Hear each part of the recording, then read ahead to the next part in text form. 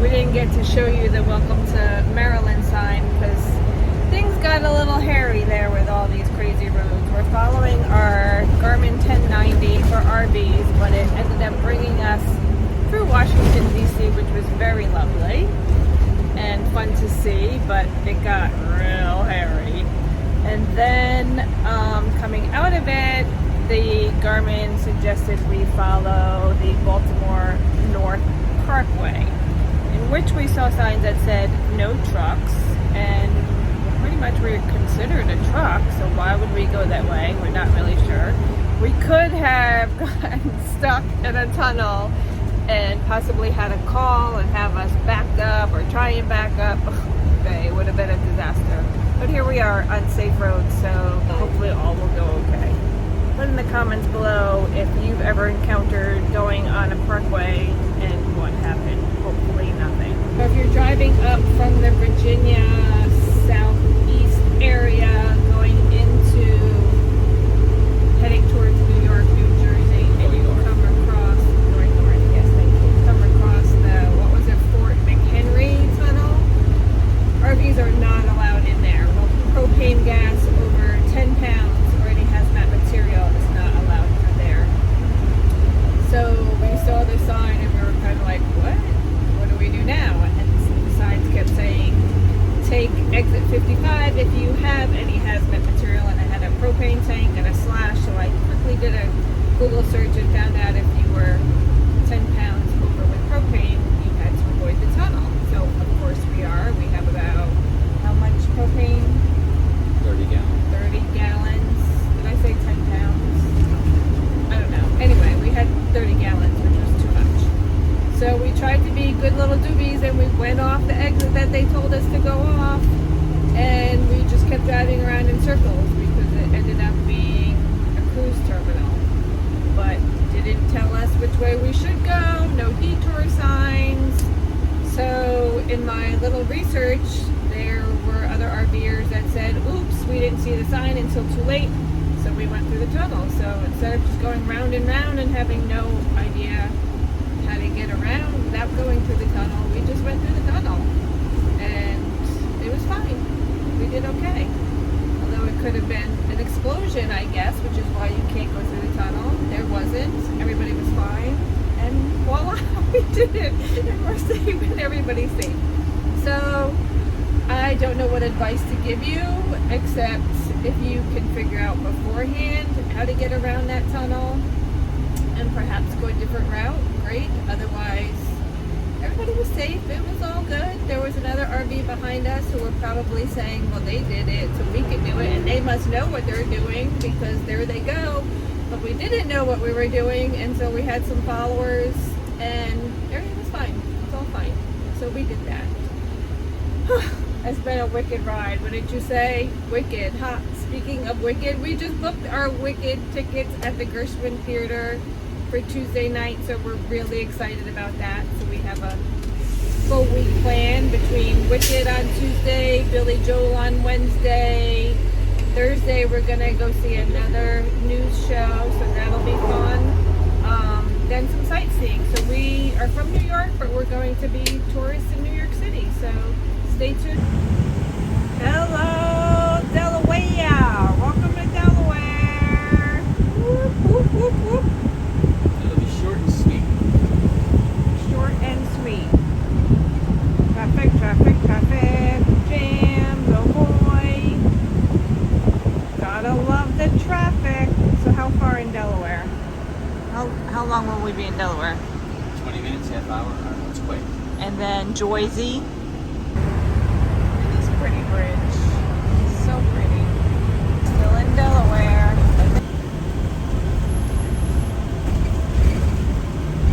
Good morning, everybody. I just wanted to catch you up on the campground that we're staying in today. Actually, for the week. It's August. Right now it's warm out. I wasn't sure what to wear today because it was kind of cloudy. But I wore some shorts and a tank top, and it's actually perfect because I came out and it's a little hot. So we are staying at the Liberty Harbor RV Park. It's 15 minutes outside of New York City. It's a perfect location. I've had my eye on this site in pink for a while. C32. I was a little worried because it's there in the corner, so I didn't know what that would actually mean jammed up in there. But it's 50 foot long by 20 foot wide, and it's actually the perfect site. We're tucked right back in the corner, as you can see here, and it's actually perfect. Prince can go back here, back there, and do his business. Garbages are right over there, so easy peasy to get to. And yeah, it's a parking lot, but I've seen a lot worse places that were called an RV park. This to me is pretty decent. It's a great location. You can't beat that. We're literally outside of so many things. Okay, so here's a special update just for you. The ShopRite, great location. 7 minutes from the RV park.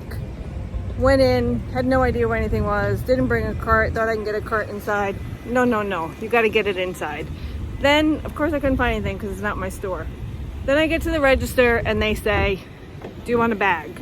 Of course I want a bag. How else am I gonna carry my groceries? So he took out these fancy bags. I'm like, wait, do I have to pay for those? He said, yes. I said, I don't need a bag. I said, so do I just put it in my cart? And he said, yeah. So I just carry things from my cart, in my cart, and out to the car. Very strange, but great location. Hey everybody, welcome back to the video diary. We are on day 2 of our New York City touristy activities. I think it's day 2. We went to Ellis Island and Statue of Liberty on the first day, after our arrival on the very first day. So I guess this is kind of like the 3rd day, but 2nd day of activities. You know what I mean.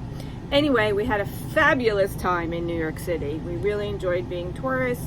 The weather was perfect. Everybody was so kind. It was a great experience. I was a little terrified of the subway. So we had to figure out how to take the path, since we're in Jersey City, which is where Liberty Harbor RV Park is, to Manhattan to get to all the places we wanted to get to. And I was already confused before we even started. When we watched a lot of YouTube videos and all the different colors and the letters, and it was too much for me. So I told Charlie, this is all you. You need to figure this out. Luckily, the path was about 5 blocks away, so we were able to get that. We took pictures of where we started, which was super helpful when we came back. We knew we had to get back to Grove Street, so that was super helpful. So 5 blocks down, took the path over to the World Trade Center, so the 9/11 Memorial. I didn't take too much video. I have a little bit video for all of you, but I didn't take too much because I was trying to save battery on my phone. Charlie had not taken his phone with him, and we tried to save battery so that if and when we got lost later, we'd be able to use the phone. So I didn't take much video of that, but a somber, beautiful experience. They leave a white flower on the names of people whose birthdays it is, so that was beautiful to see.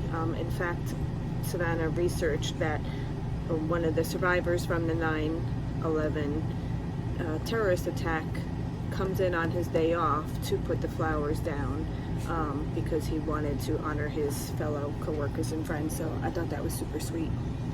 So after we did the 9/11 lookabout, we talked to a security guard who was super helpful. It was so much easier, guys, to just ask people how to get places rather than to try and figure it out. We used MapQuest, Google Maps, and it just took us in circles round and round and round. We got lost a gazillion times until we just stopped and asked people, and that was much more helpful.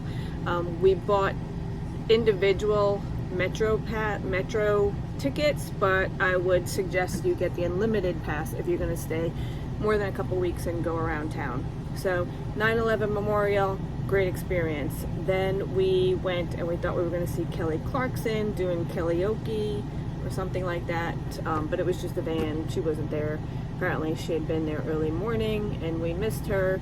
Looked all around for some famous people, but I didn't see anybody. But that was okay. We still had a great time. We went to the observation deck on top of the rock. Again, got a little bit of video, but not much.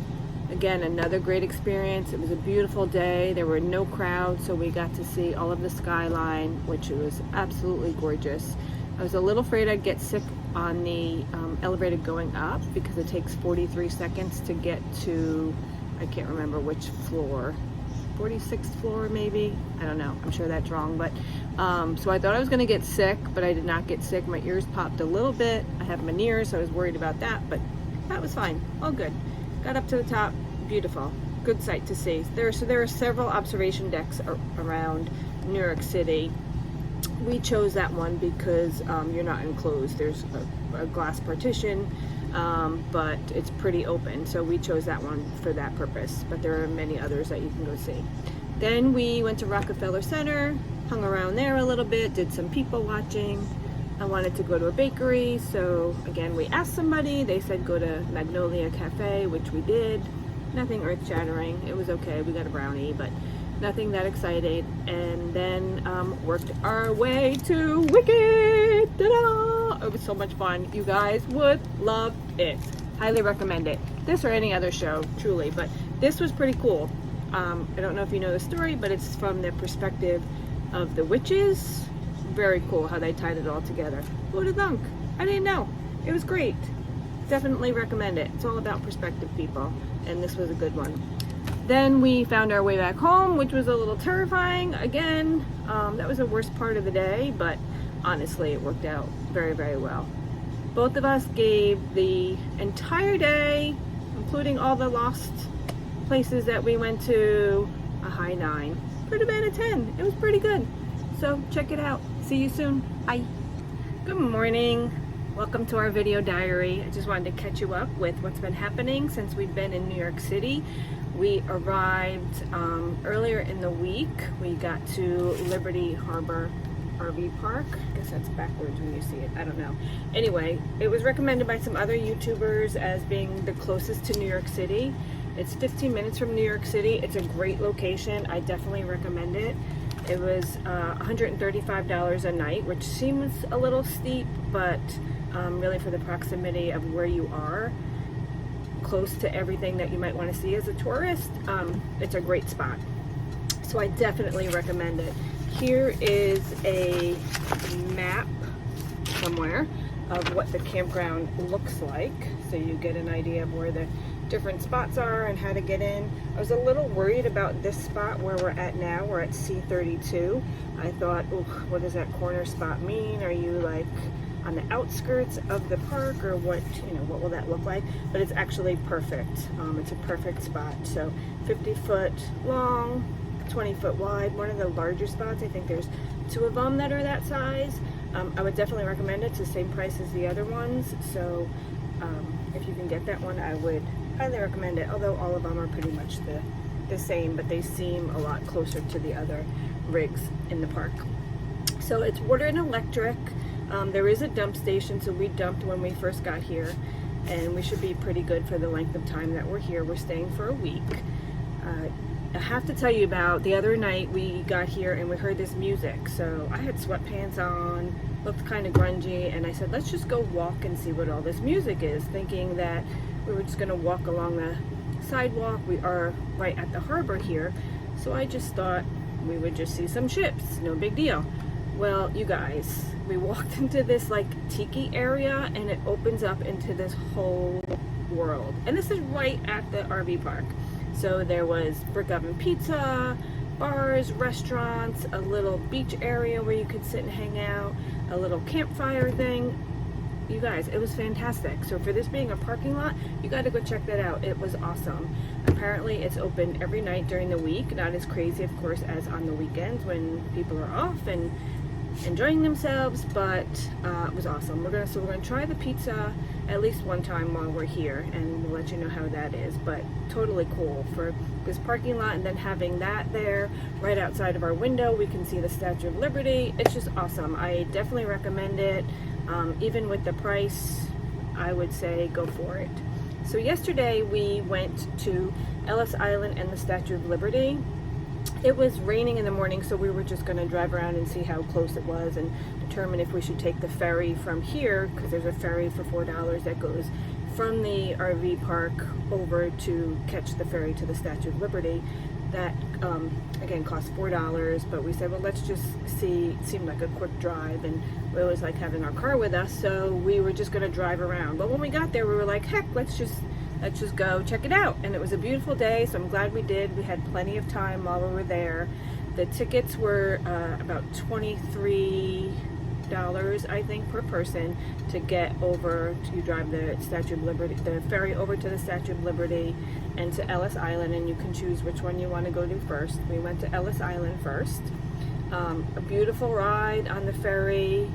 It was great. They said that you needed masks, but we only wore our mask to buy the tickets and through security. We had our masks with us, but no other time did we wear a mask. Very few people had their masks on. There are some signs that say wear a mask, but hardly anybody was wearing them. So we had them with us just in case, but we didn't wear them. So we went over on the ferry to Ellis Island first. It was fantastic. You could do a walking tour, you can do an audio tour, you could just look around yourself. We chose to do the audio tour, which I highly, highly recommend. It was awesome. Very easy to use, although like with most other things, there was no signage telling you what to do, how to go, what you're supposed to do for anything. That was from buying the tickets to the ferry, to getting on the ferry, to using the audio little contraption thing. But anyway, so yes, look for, when you go to the ferry, there's little bitty signs that say tickets with arrows. Just follow that. You'll eventually get to this brick building where you can buy the tickets. Once you get the tickets, they say just go down by the water to security. You kind of just walk towards the water and you eventually see this white tent. That's security. Go through that, easy peasy, like being on a plane. Just go through it, and then they say, okay, go over there and catch the ferry. Well, you pretty much see the ferry coming, so you know where to go for that. And then when you get over to Ellis Island, you just walk in and there's a big huge sign that says how to plan your day, but it's not really easy to follow. We sort of knew that we wanted to do the audio tour, so we went up to information because that's always easiest, and just asked about what we could do. There was also a hard hat tour that we could have done, which seemed kind of interesting, but I think that was $50-something a person. So we passed on that. We did do the audio tour. It took us maybe an hour or so. We didn't see the whole thing. We went and got some food because I started feeling kind of draggy, so I said I got to fuel myself back up. So there was a little cafe. I thought we were just going to go to the gift shop to get a snack, but there was actually a cafe there. So we went there, kind of worried about what the prices would be like. But I got a veggie burger. It was $8-something and change. Charlie got a chicken sandwich. We got a bag of Doritos. I got a bottle of water. He got, I think, some iced tea or Coke. I'm not sure which. It came to $29. So pretty much that's a typical price for lunch for two people, we thought. So, and it was good. It was decent. We sat outside. We had a view of Manhattan, birds around us. It was beautiful. So I would definitely recommend doing that as well. Don't be afraid to get lunch over on the island and think it's going to be so costly. It was actually fine. When they gave us the audio boxes, I don't know what they're called, I'm sure somebody will tell me, but when they gave us the audio things, they said go upstairs to 111. So we went upstairs and we were looking for room 111, but you actually had to press 111 on the audio cassette thing to start listening to it. And then they would guide you from that point, and every time you went to a different display there was a number, and they told you the story about Ellis Island.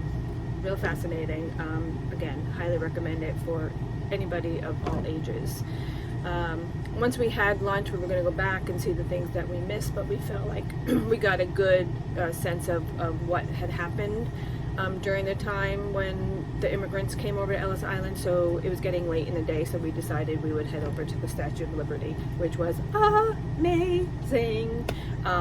We couldn't get up to the Crown. I'm not sure if there's tickets for the Crown yet. I don't know if that's open, but it's certainly something you have to make reservations for, and we had not even known that or tried to do it, so that was a bust, although sometime we would like to do that.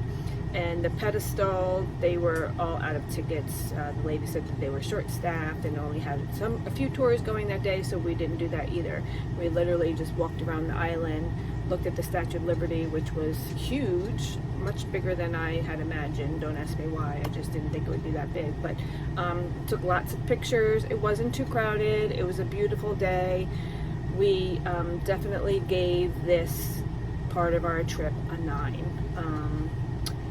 Probably a 10. I don't know what would have given it a 10. Maybe over at Ellis Island, seeing more rooms set up like what the immigrants experienced, maybe that would have put it over a 10.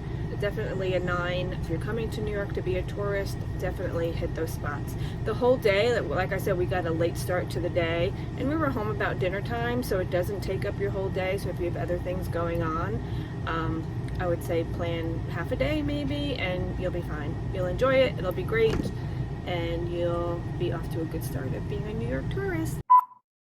Merry Christmas to me.